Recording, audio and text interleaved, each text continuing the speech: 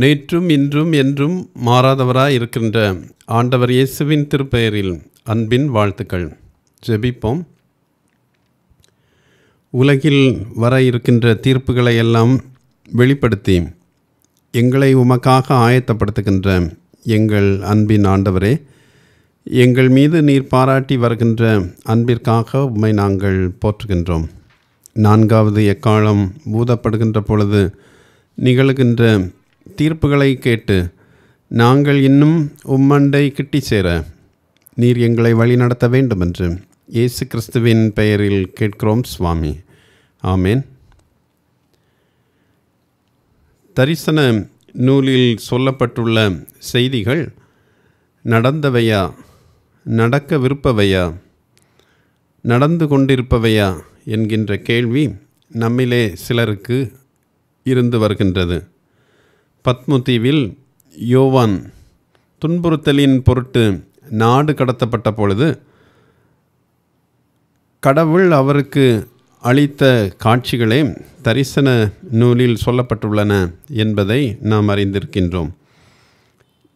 இப்படி சொல்லப்பட்ட காட்சிகள் அல்லது தரிசனம் என்பவை அந்த காலத்தில் இருந்த துன்புறுத்தல் காரணமாக நேரடியாக சொல்ல முடியாமல் மறைமுகமாக சொல்லிய பகுதிகளும், ஏற்கனவே சொல்லிய தீர்ப்புகள் அந்த காலத்திலேயே நடந்து முடிந்தவைகளும், இன்னும் நடக்க இருப்பவைகளும், நடந்து கொண்டிருப்பவைகளும் இந்த நூலில் சொல்லப்பட்டிருக்கின்றன என்பதை நாம் புரிந்து கொள்ள அழைக்கப்படுகின்றோம்.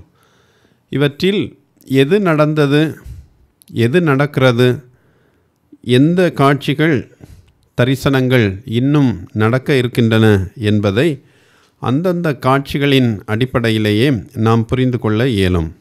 ஒவ்வொரு காட்சிகளும் சொல்லப்படுகின்ற செய்திகளை புரிந்து அதற்கேற்ப நாம் அதனை அறிந்து கொள்வது நன்மை தருவதாகும்.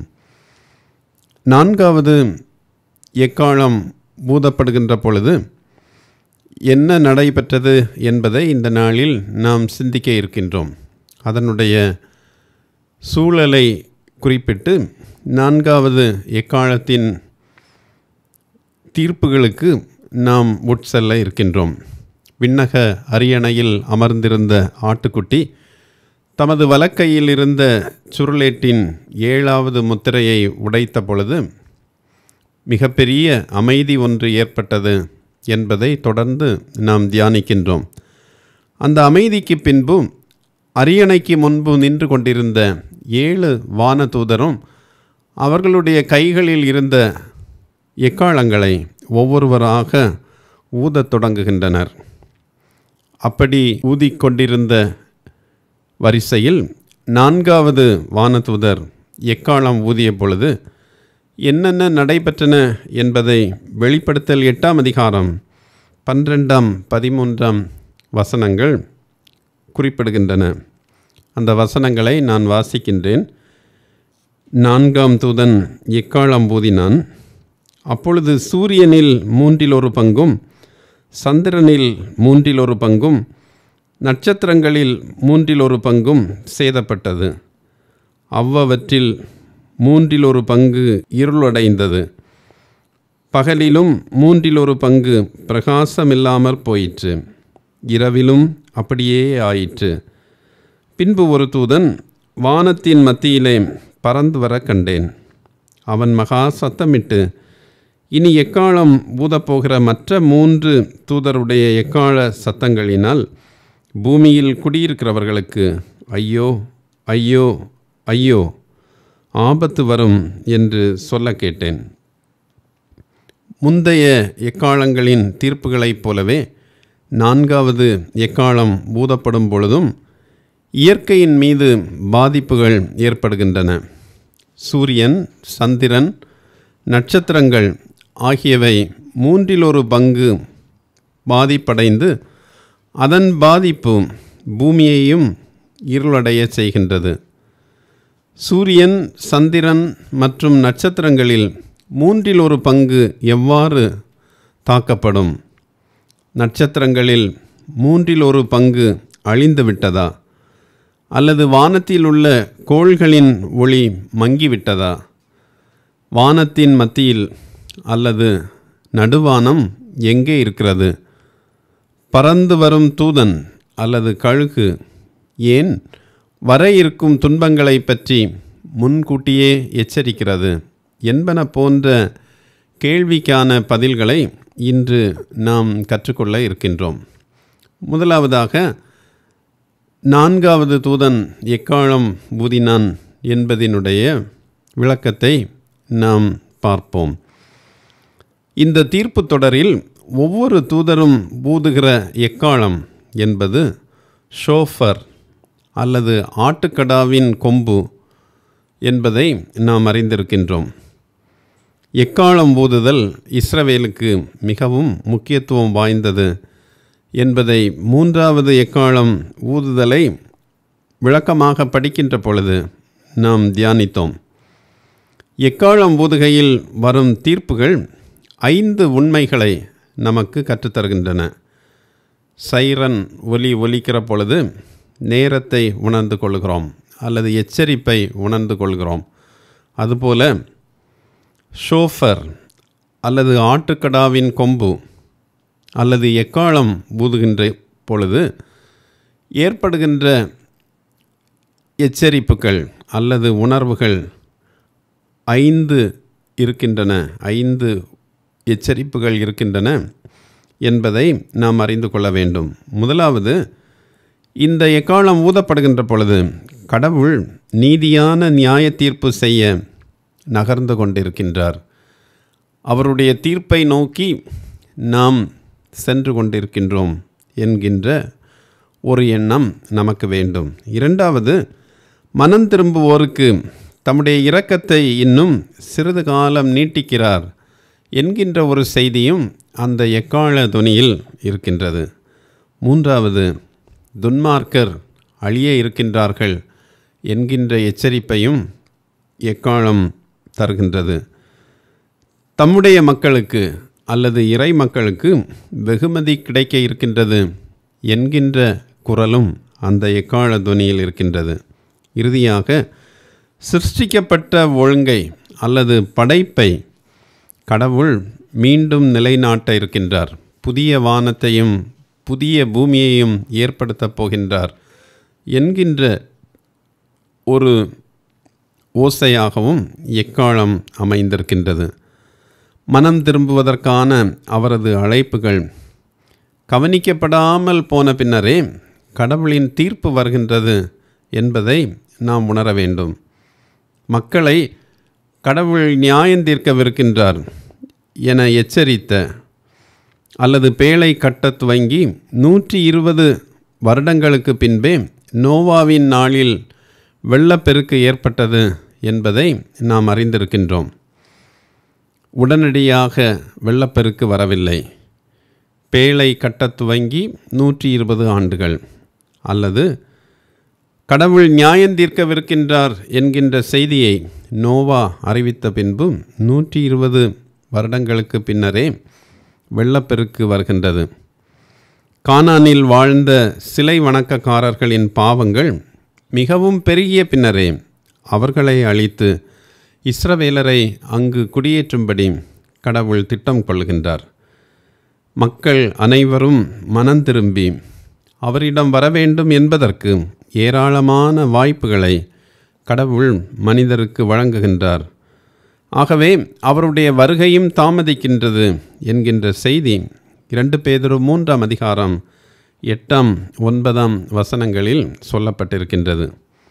இறுதி நாளில் ஆண்டவருக்கு முன்பாக நிற்கும் அவிசுவாசிகள் தங்களுக்கு மனம் திரும்புவதற்கு நேரம் வழங்கப்படவில்லை என்றோ, அதற்கான நேரம் எங்களுக்கு கிடைக்கவில்லை என்றோ, அல்லது அது சார்ந்த சாக்குப்போக்குகள் எதனையுமோ சொல்லுவதற்கு இயலாது என்று ரோமர் 1ஆம் அதிகாரம் 20ஆம் வசனத்தில் நாம் படிக்கின்றோம். இந்த தீர்ப்பின் வருகின்ற 2வது பகுதி சூரியன், சந்திரன், நட்சத்திரங்களில் 1/3 பங்கு தாக்கப்படுதல் என்பதை குறித்த விளக்கம். 4வது எக்காளம் ஊதப்படுகின்ற பொழுது சூரியனில் 1/3, சந்திரனில் 1/3, நட்சத்திரங்களில் 1/3 தாக்கப்பட்டது என்று நாம் படிக்க கேட்டோம். இதனால் அவற்றில் 1/3 வெளிச்சம் இல்லாமல் இருந்தது, இரவும் இருந்தது என்று யோவான் தமது காட்சியை வெளிப்படுத்துகின்றார். 4வது எக்கால தீர்ப்புக்கும் வெளிப்படுத்தல் 6ஆம் அதிகாரம் 12 முதல் 14 வரை சொல்லப்பட்டுள்ள 6வது முத்திரை தீர்ப்புக்கும் இடையே சில ஒற்றுமைகள் இருப்பதை நாம் காணலாம்.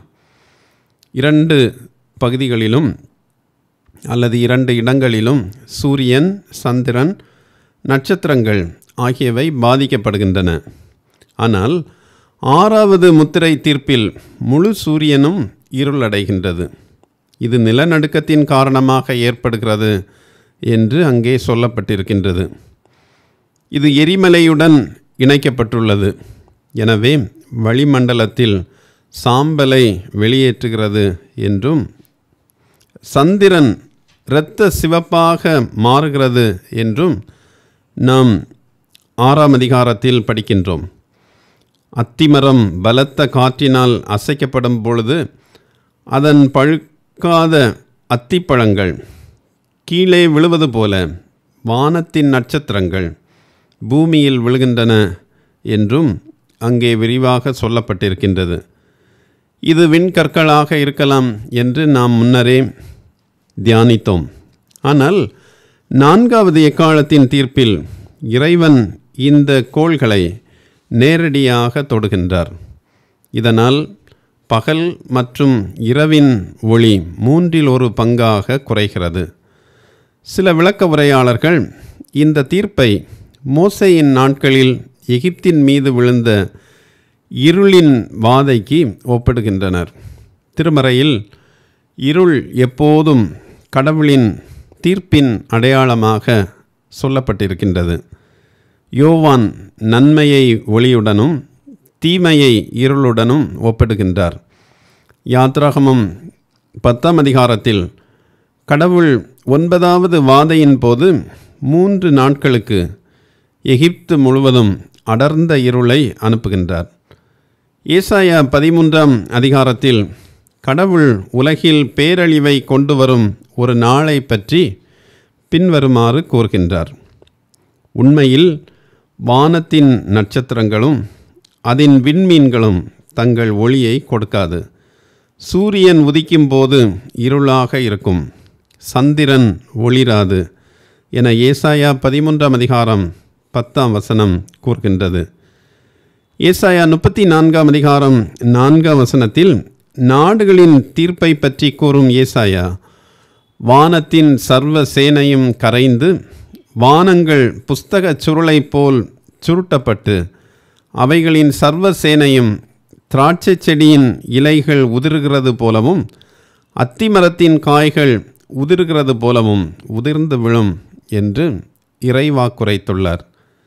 எசேக்கியேல் 32ஆம் அதிகாரம் 7ஆம் வசனத்தில் கர்த்தர் எகிப்தின் ராஜாவிடம், நான் உன்னை துரத்தும் போது வானத்தை மூடி அவற்றின் நட்சத்திரங்களை இருட்டாக்குவேன், நான் சூரியனை மேகத்தால் மூடுவேன், சந்திரன் ஒளியை கொடுக்காது என்று கூறுகின்றார். கர்த்தருடைய நாளை விளக்கும் யோவேல் தீர்க்கதரிசி யோவேல் 2ஆம் அதிகாரத்தில், அது இருளும் அந்தகாரமும் நிறைந்த நாள், சூரியனும் சந்திரனும் இருளடைகின்றன, நட்சத்திரங்கள் பிரகாசிப்பதை நிறுத்துகின்றன, மேலும் கர்த்தருடைய மகத்தான பிரமிக்கத்தக்க நாள் வருவதற்கு முன்பாக சூரியன் இருளாகவும் சந்திரன் இரத்தமாகவும் மாறும் என்று யோவேல் 2ஆம் அதிகாரம் 2, 10, 31 ஆகிய வசனங்களிலெல்லாம் சொல்லப்பட்டிருக்கின்றன.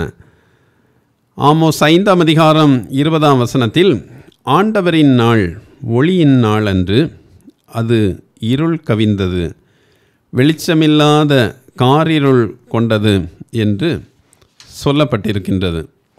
மார்க்கு 13ஆம் அதிகாரம் 24, 25 ஆகிய வசனங்களில் நட்சத்திரங்கள் வானத்திலிருந்து விழும், வானத்தின் சக்திகள் அசைக்கப்படும் என்று நமது ஆண்டவர் இயேசு நம்மை எச்சரிக்கின்றார்.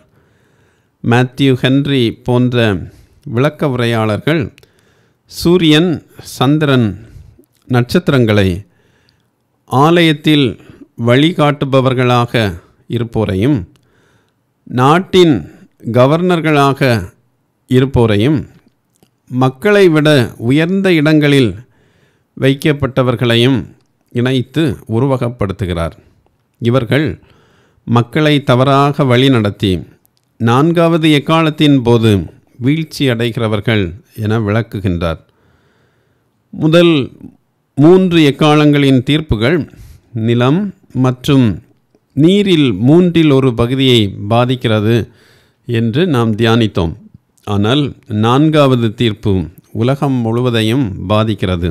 ஏனெனில் அது பூமியின் உயிர் மற்றும் ஆற்றலின் ஆதாரமான சூரியனை தாக்குகிறது. பூமியில் 1/3 பங்குக்கு சூரிய ஒளி குறைவாக கிடைப்பதால் மனிதன் மற்றும் இயற்கையின் வாழ்க்கை முறைக்கு குறைவான வெப்ப ஆற்றலே கிடைக்கிறது. வெப்பநிலையில் ஏற்படும் பெரிய மாற்றங்கள் மனித ஆரோக்கியம் மற்றும் உணவு வளர்ச்சியை பெரிதும் பாதிப்படைய செய்கின்றன. 4வது தீர்ப்பில் வருகின்ற 3வது பகுதி வானத்தின் மத்தியில் பறந்து வந்த தூதனின் சத்தம் என்று 13ஆம் வசனத்தில் நாம் காண்கின்றோம். அந்த வசனத்தை மீண்டும் பாருங்கள். பின்பு ஒரு தூதன் வானத்தின் மத்தியிலே பறந்து வர கண்டேன். அவன் மகா சத்தமிட்டு, இனி எக்காலம் ஊதப்போகிற மற்ற 3 தூதருடைய எக்கால சத்தங்களினால் பூமியில் குடியிருக்கிறவர்களுக்கு ஐயோ ஐயோ ஐயோ என்று சொல்ல கேட்டேன். பெரும்பாலான மொழிபெயர்ப்புகளில் வானத்தின் மத்தியில் பறந்து வந்த கழுகு என்று மொழிபெயர்க்கப்பட்டுள்ளது. கழுகு ரோமானியர்களின் சின்னம். அவர்களுடைய கொடிகளில் இச்சின்னம் காணப்படுகின்றது. சிலர் 4வது எக்காலத்தின் தீர்ப்பு கிபி 70 நிறைவேறியதாக கூறுகின்றனர். கிபி 70 ரோமர்கள் கழுகு போல எருசலேமின் மீது படையெடுத்து வந்து எருசலேமை அழிவுக்கு கொண்டு வந்தனர். திருமறையில் கழுகு பழிவாங்கும் சின்னமாக பல இடங்களில் சொல்லப்பட்டிருக்கின்றது. இஸ்ரவேலர் கடவுளோடு செய்த உடன்படிக்கையை மீறினால் பூவுலகின் கடைக்கோடியிலிருந்து ஓர் இனத்தை ஆண்டவர் உனக்கு எதிராக எழச் செய்வார். அது கழுகை போல மிக வேகமாக வரும் என்று இஸ்ரவேலருக்கு எதிரான சாப மொழியாக உபாகமம் 28ஆம் அதிகாரம் 49ஆம் வசனத்தில் சொல்லப்பட்டுள்ளது.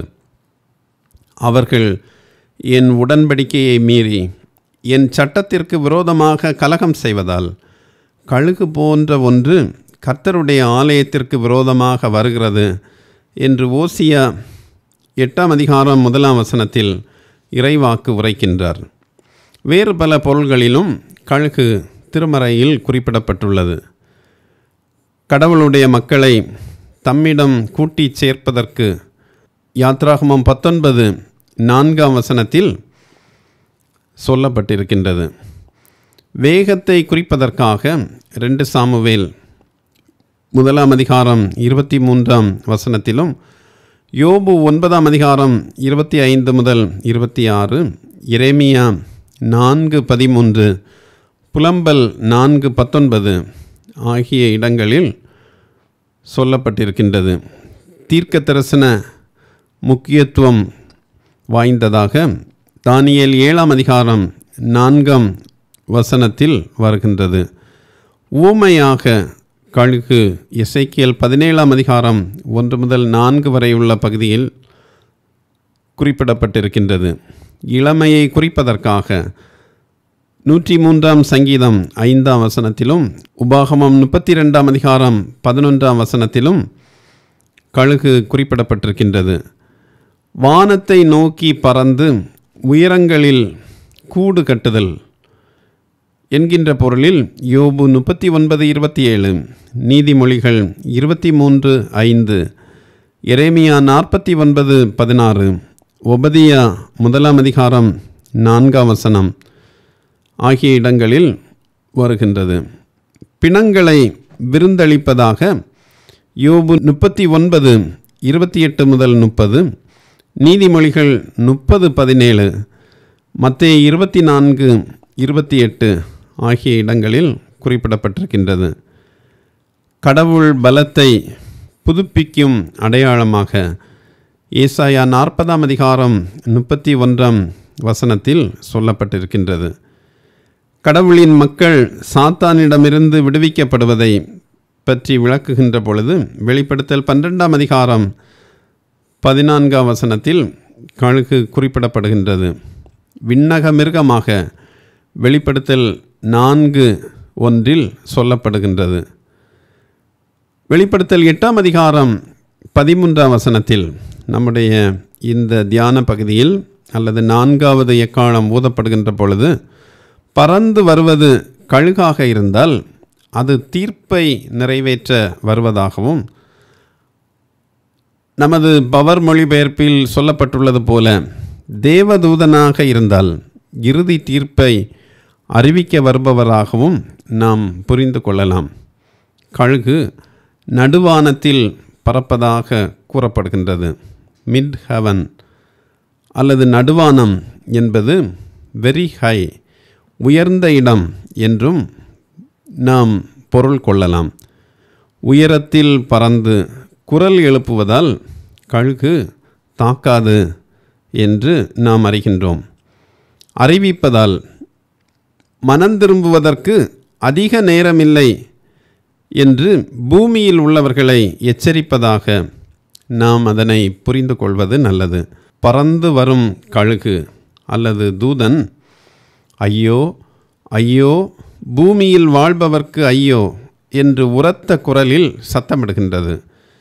பூமியில் வாழ்பவர்களை குறிக்க கிரேக்க மொழியில் 2 வார்த்தைகள் உள்ளன. ஒன்று பரோகியோ, மற்றொன்று காட்டாடோய்க்கியோ. பரோகியோ எனில் பயணியாக வாழ்வது, காட்டோகியோ எனில் செட்டில் டவுன், குடியேறி வாழ்வது என்பது பொருள். வெளிப்படுத்தல் 8:13 குடியேறி வாழ்தல் காட்டோகியோ என்னும் வார்த்தையே பயன்படுத்தப்பட்டுள்ளது. உலகின் மீது பற்று கொண்டு உறுதியாக பாவத்தில் குடியேறி வாழ்வோர் தீர்ப்பு பெறுவர் என்பது இங்கே சொல்லப்படுகின்ற பொருள். ஏனெனில் அவர்களுடைய பொக்கிஷங்கள், பாவங்கள், கனவுகள், ஆசைகள் இங்கேயே இருக்கின்றன. அவர்களிடம் கழுகு ஐயோ ஐயோ ஐயோ என்று 3 முறை சொல்லுகிறது என்று நாம் புரிந்து கொள்ள அழைக்கப்படுகின்றோம். ஐயோ என்கின்ற வார்த்தை திருமறையில் 110 தடவைகளுக்கு மேல் பயன்படுத்தப்பட்டுள்ளது. பெரும்பாலும் துக்கத்தின் வெளிப்பாடாக அல்லது மோசமான நிலைமைகளின் புலம்பலாக, தண்டனையை வெளிப்படுத்துவதாக இந்த வார்த்தை பயன்படுத்தப்பட்டிருக்கின்றது. மத்தேயு 24:19 அந்த நாட்களில் கர்ப்பிணி பெண்களுக்கும் பாலூட்டும் தாய்மார்களுக்கும் ஐயோ என்று ஆண்டவர் கூறுகின்றார். மத்தேயு 23 வேதபாரகர், பரிசேயர் ஆகியோருக்கு தீர்ப்பு வழங்குகையில் ஐயோ என்கின்றார். வெளிப்படுத்தல் 8:13 கழுகு பூமியில் வசிப்பவர்களிடம் சாத்தானின் ஆதிக்கத்தில் ஒட்டி கொண்டிருப்பவர் மீது இன்னும் கொடிய தீர்ப்புகள் வரப்போகிறது என்று எச்சரிக்கின்றது. கோடரி இன்னும் விழவில்லை, இன்னும் காலம் இருக்கிறது. ஆனால் எச்சரிப்பை கேட்பவர்கள் அதை செவிமடுக்க தவறினால் கழுகின் வார்த்தைகளின்படி அல்லது நடுவானில் பறந்து வரும் தூதனின் வார்த்தைகளின்படி அவர்களுக்கு அழிவு வரும் என்பதை உணர்ந்து கொள்ள நாம் அழைக்கப்படுகின்றோம். பவுல் கொரிந்தியருக்கு எழுதுகையில் 2 கொரிந்தியர் 6:1-2 நீங்கள் கடவுளிடமிருந்து பெற்றுக்கொண்ட அருளை வீணாக்க வேண்டாம். இதுவே தகுந்த காலம், இன்றே மீட்பு நாள் என்று மீட்பு பெற ஆண்டவர் அழைக்கின்றார். நான்காவது எக்காலத்தின் 4 முக்கிய விளக்கங்களை வரிசைப்படுத்த விரும்புகின்றேன். முதலாவதாக முன்னோடிவாதிகள் அல்லது ப்ரீட்டரிஸ் இவர்களுடைய விளக்கம். முன்னோடிவாதிகள் 4வது எக்காலத்தின் தீர்ப்பு ஏற்கனவே நிறைவேறிவிட்டதாக கூறுகின்றனர். இதற்கு இவர்கள் கிறிஸ்துவுக்கு பின் 66 முதல் 70 வரை நடைபெற்ற யூத போரை குறிப்பிடுகின்றனர். இவர்கள் இருளடைந்த விண்ணின் சூரியன், நட்சத்திரங்கள், சந்திரன் ஆகியவை ரோம யூத தலைவர்களோடு இணைந்தவை என்று ஒப்பிட்டு பேசுகின்றனர். இக்காலத்தில் ரோம மற்றும் யூத ஆட்சியாளர்களும் தலைவர்களும் தொடர்ச்சியாக அழிக்கப்பட்டதாக ஆஸ்டின் ஃபாரர் என்னும் வரலாற்றாளர் எழுதுகின்றார். குறிப்பாக கயஸ், கிளாடியஸ், நீரோ, கல்ஃபா, ஓதோ, விட்டலியஸ் ஆகிய அனைவரும் கொலை செய்யப்படவோ அல்லது தற்கொலையாலோ இறந்தனர். ஏரோது என்னும் மாமன்னன், ஏரோது அந்திப்பாஸ், ஏரோது அகிரிப்பா மற்றும் பெரும்பாலான ஏரோதிய இளவரசர்கள் எருசலேமின் முன்னணி பிரதான ஆசாரியர்களில் சிலருடன் சேர்ந்து அவமானத்தினாலோ அல்லது நாடு கடத்தப்பட்டதாலோ அல்லது வன்முறைகளாலோ இந்த காலத்தில் அழிந்தனர். இவை அனைத்தும் அணைக்கப்பட்ட சூரியன்கள் அல்லது இருண்ட நட்சத்திரங்கள் என்று ப்ரீட்டரிஸ் முன்னோடிவாதிகள் கூறுகின்றனர். இரண்டாவது விளக்கம் வரலாற்றாளர்கள் சொல்வது ஹிஸ்டாரிசிஸ். வெளிப்பாட்டின் நிகழ்வுகள் வரலாறு முழுவதும் விரவி இருக்கின்றன அல்லது பரவி இருக்கின்றன என்று இவர்கள் கூறுகின்றனர். இவர்களின் பார்வையில் சூரியன், சந்திரன் மற்றும் நட்சத்திரங்களை ரோமின் அரசியல் வான்வெளியாக இவர்கள் காண்கின்றனர். விண்ணின் கோள்களாக அல்லாமல் இவைகளெல்லாம் வான்வெளியில் தோன்றிய கோள்களோடு ஒத்த ரோமின் அரசியல் வான்வெளி என்று இவர்கள் கூறுகின்றனர். வரலாற்றில் வீழ்ச்சியடைந்த தலைவர்கள் அனைவருடனும் இவர்கள் சூரியனையும் சந்திரனையும் நட்சத்திரங்களையும் ஒப்பிடுகின்றனர். மூன்றாவது விளக்கம் எதிர்காலவாதிகளின் விளக்கம், ஃபியூச்சரிஸ். வெளிப்படுத்தலின் நிகழ்வுகள் பெரும்பாலும் நிறைவேறவில்லை என்று இவர்கள் கூறுகின்றனர். இவர்களுடைய கருத்துப்படி வெளிப்படுத்தல் 4ஆம் அதிகாரம் முதல் 22ஆம் அதிகாரம் வரையுள்ள பகுதி எதிர்காலத்திலேயே நிகழும் என்பது இவர்களுடைய கருத்து. 4வது தீர்ப்பில் இருளடையும் கோள்களை 2 தெசலோனிக்கேயர் 2ஆம் அதிகாரம் 11, 12 ஆகிய வசனங்களில் தீமையில் இன்பம் காணும் அனைவரும் தீர்ப்புக்குள்ளாவர் என்ற வசனத்தோடு ஒப்பிடுகின்றனர். 4வது விளக்கம் லட்சியவாதிகள், ஆன்மீகவாதிகள், ஐடியலிஸ்ட் ஆர் ஸ்பிரிச்சுவலிஸ்ட்.